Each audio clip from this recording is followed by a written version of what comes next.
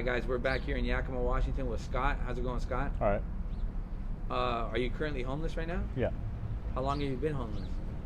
Since I got out of prison, February of like 2020, or it'll be 3 years in February. Whatever that is, 2020. Yeah. What were you in prison for? I did 2 years here in county for a murder charge that I didn't do. I took a charge for a kid out here. For a what charge? For a murder charge. Murder charge? Yeah. I got snitched off for something I didn't do, and just took a charge for the kid. Stayed there for 2 years.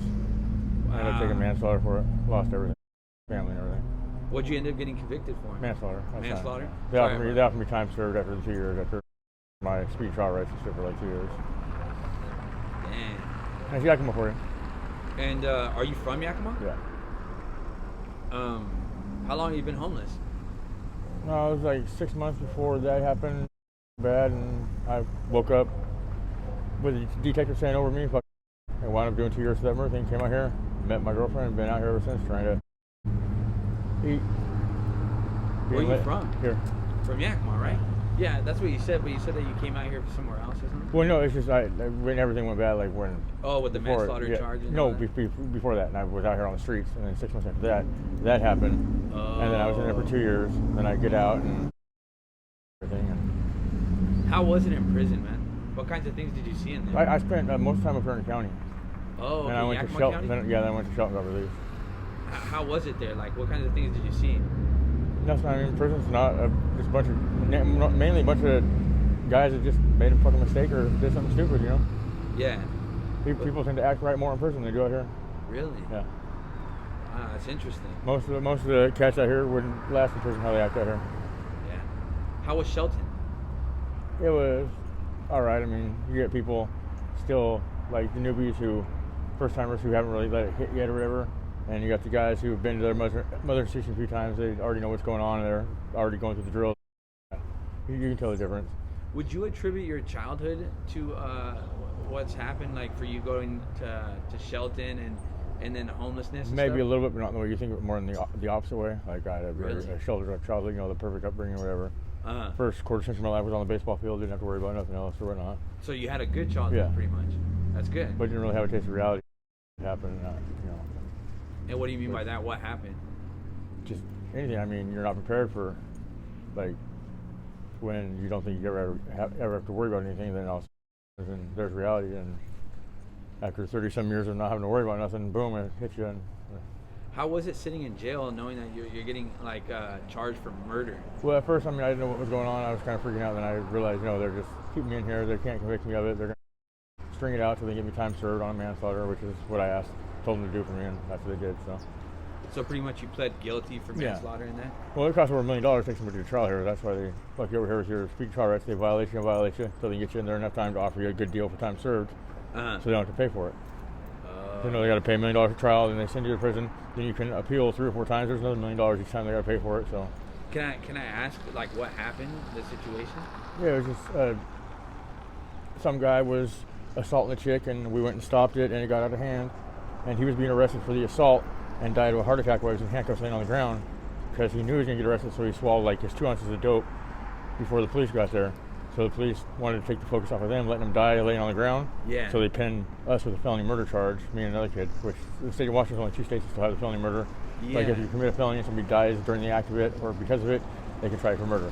So they got us for an assault too, for assaulting the guy, and then when he died, they got us for murder, knowing that they wouldn't be able to convict us of it because his system was so, like his meth, the level of the system for meth was so high that's probably what caused it, and he was old and had a bad heart anyways. But wow. They offered me a deal. I got a 1% chance of fucking getting convicted, doing 25 years or whatever, or a 99% chance of getting out and going to see my kids. I mean, I'm going to take the deal. How many kids do you have? 4 now. 4? 2 boys, 2 girls. One girl was born while I was locked up, and the other one while I was out here. My 2 boys before.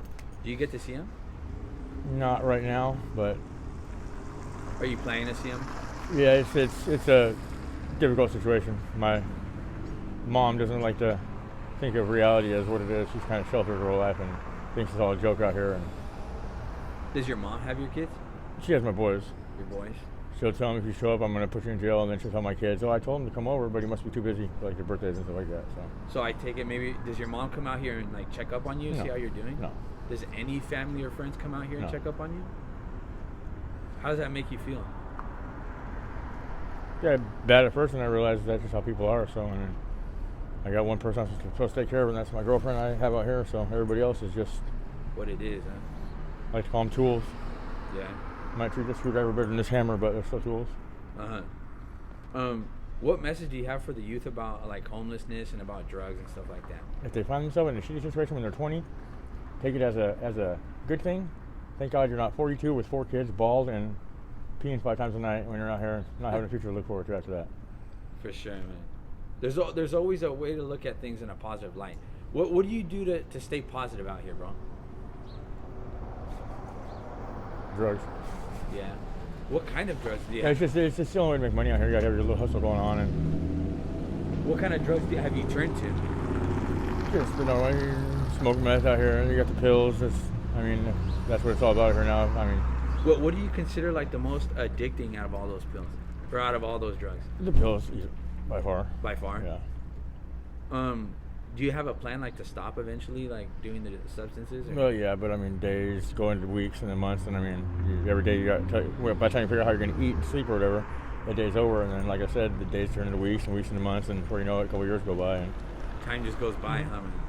Do you have a phone number or an email where people can get a hold of you? I got a phone number for donations. Yeah, I got a phone number. Could you give your phone number, bro?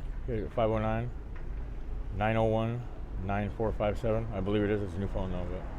But what would you want your family to know or friends if they see this interview, man? Really don't have. They already know. They already know. Okay. And do you have any closing thoughts, maybe? Not really. Just. Would you allow me to do a follow-up interview, man? Yeah. I really appreciate it. Thank you, bro.